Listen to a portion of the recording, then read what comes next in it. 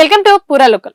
ప్రధాని నరేంద్ర మోదీ 3 దేశాల పర్యటన ముగించుకొని స్వదేశానికి చేరుకోవడంతో ప్రభుత్వంలో అధికార బీజేపీలో మార్పులపై మళ్లీ ఊహాగానాలు మొదలైపోయాయి. అయోధ్యలో విరాళాల చోరీ, E20 పెట్రోల్ పై వివాదం, నీట్ ప్రశ్నాపత్రం లీక్ వ్యవహారంలో విద్యాశాఖ మంత్రి ధర్మేంద్ర ప్రధాన్ రాజీనామా చేయాలని డిమాండ్ చేస్తూ పర్యావరణవేత్త సోనం వాంగ్చుక్ 14 రోజులుగా నిరాహార దీక్ష చేస్తుండడం వంటి పరిణామాల నేపథ్యంలో మోదీ దిద్దుబాటు చర్యలు చేపట్టవచ్చని భావిస్తున్నారు.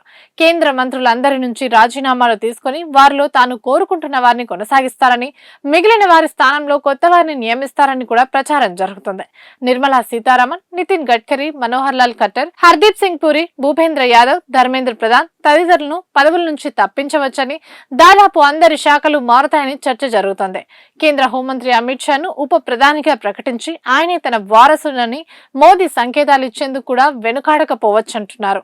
ఈ నేపథ్యంలో చాలా మంది మంత్రులు తమ శాఖల్లోని పెండింగ్ ఫైళ్లను పరిష్కరిస్తున్నారని, కొద్ది మందికి మాత్రం కీలక నిర్ణయాలు తీసుకోవద్దని ఆదేశాలు అందాయని కూడా తెలిసిందే.